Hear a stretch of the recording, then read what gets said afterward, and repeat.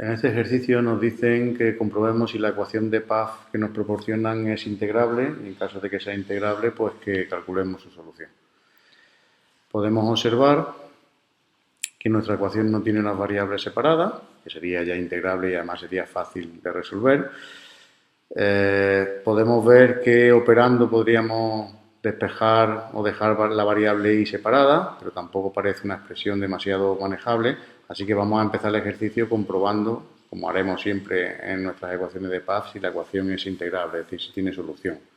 Para ello, pues vemos que viene nuestro campo vectorial, formado por las tres componentes de la ecuación de Pfaff, la P la que acompaña el diferencial de X, la Q la que acompaña el diferencial de Y y la R la que acompaña el diferencial de Z. Y vamos a construir su rotacional.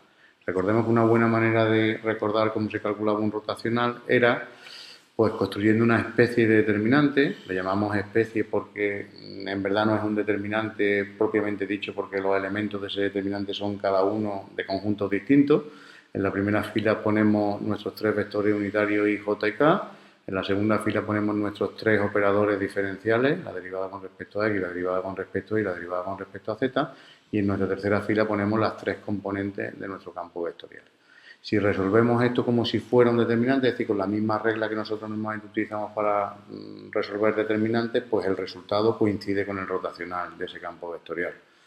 Una buena manera de resolver este determinante sería desarrollar por la primera fila para que nos saliera I por su adjunto, J por su adjunto y K por su adjunto, nos saldría directamente el determinante, pero bueno, vamos a resolverlo pues utilizando las diagonales, la propiedad, normalmente como resolvemos determinantes.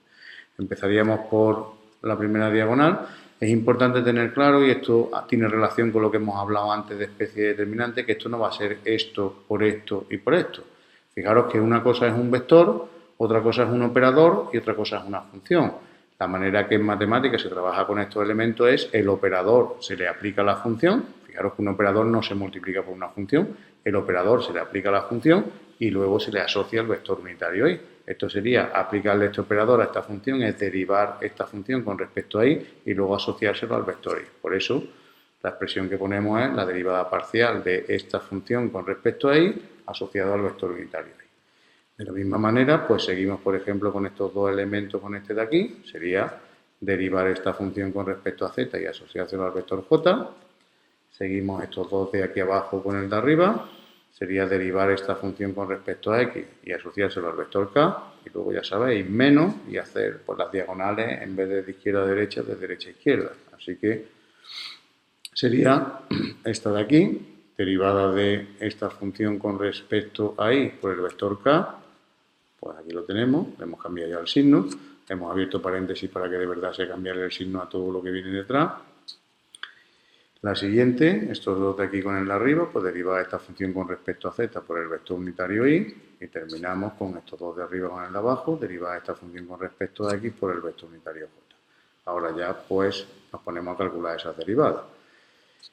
La derivada de 2zi con respecto a y, pues 2z. La derivada de 2xy con respecto a z, 0. La derivada de x cuadrado más z cuadrado con respecto a x, 2x. La derivada de 2xy con respecto a y, 2x.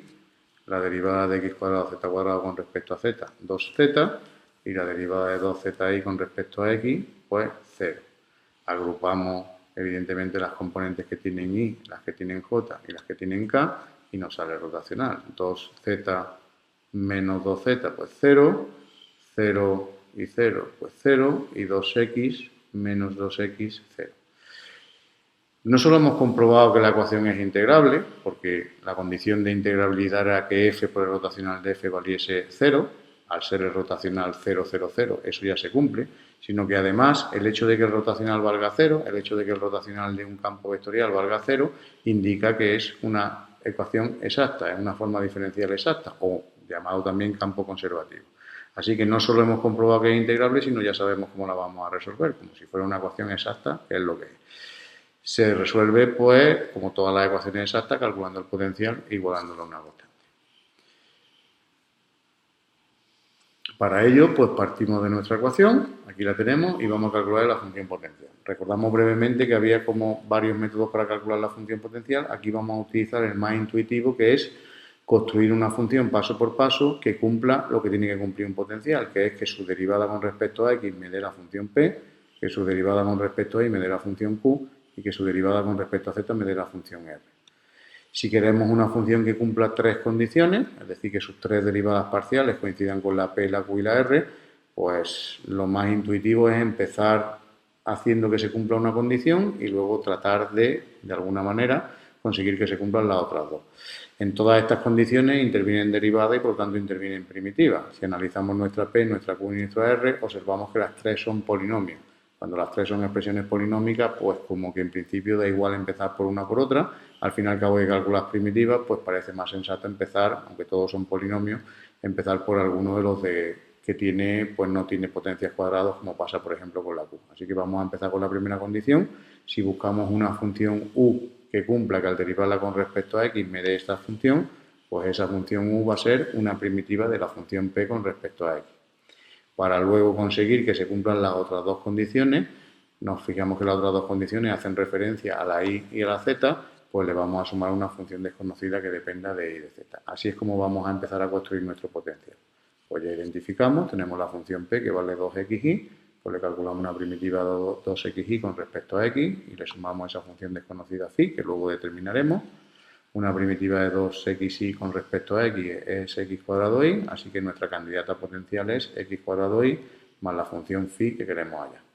La segunda condición que queremos que se cumpla es que nuestro potencial, que aquí está, fijaros que el potencial ya está calculado a falta de determinar la función phi, la segunda condición es que la derivada del potencial con respecto a y nos dé esta función q. Eso es lo que queremos que se cumpla, que la derivada de u con respecto a y nos valga la función q. Pues para ello vamos a calcular la derivada de u con respecto a y, empezamos a derivar, derivada de esto con respecto a y es x cuadrado, más derivada de esta función con respecto a y es la parcial de phi con respecto a y. Phi depende de dos variables, así que al derivarla con respecto a y, su derivada parcial. Esto es la derivada de u con respecto a y y eso tiene que ser igual a la q. La q la tenemos aquí al empezar nuestro ejercicio, pues lo ponemos. Simplemente ya comparando, observemos que x cuadrado más esta derivada parcial tiene que valer x cuadrado más z cuadrado, pues por lo tanto la derivada parcial tiene que valer z cuadrado. Y si la derivada de esta función con respecto a y tiene que valer z cuadrado, esa función valdrá pues una primitiva de esto con respecto a y, es decir, iz cuadrado. Pero evidentemente como es una función de dos variables, la función puede ser esta más cualquier función desconocida que dependa de z. Observemos que ya tenemos determinada la función phi a falta de determinar cuánto vale phi. Por lo tanto, nuestro candidato potencial que estaba aquí, si sustituimos la expresión aquí, pues podemos observar que nuestro candidato potencial era esto. La función phi la acabamos de hallar y vale esto, pues si la sustituimos en su sitio, nos queda que la nueva candidata potencial es esta de aquí. Observemos que ya tenemos determinado el potencial a falta de ver cuánto vale esa función phi de z. ¿Cómo vemos cuánto vale esa función phi de z? Pues viendo qué tiene que pasar para que nuestro potencial cumpla la tercera condición que tiene que cumplir, y es que al derivarla con respecto a z nos dé esta r. Ponemos la condición, la derivada de u con respecto a z tiene que ser r, aquí tenemos nuestra u, pues vamos a derivarlo con respecto a z. Si derivamos con respecto a z nos va saliendo 0, 2 y z, pues 2 y z, y la derivada de esta función con respecto a z es una función de una variable, así que phi' de z. Tiene que ser igual a la r la tenemos en nuestro ejercicio que valía 2 y z, pues lo ponemos aquí, y de nuevo, simplemente comparando, si 2 y z más phi' de z tiene que valer 2zi, que es lo mismo que teníamos aquí, phi' de z tiene que valer 0, y por tanto una phi de z que cumple eso es, por ejemplo, la función 0. Ya hemos determinado la función phi que me faltaba o que me hacía falta para terminar de calcular mi potencial, pues por lo tanto, sustituyendo la expresión de mi potencial, la phi de z por 0, me queda que mi potencial es x cuadrado y más y z cuadrado. Recordemos siempre que la solución de una ecuación exacta es la función potencial igualada a una constante. Pues cojo la expresión de esa función, lo igualo a una constante y esta es la solución de la ecuación de Pfaff que me habían dado.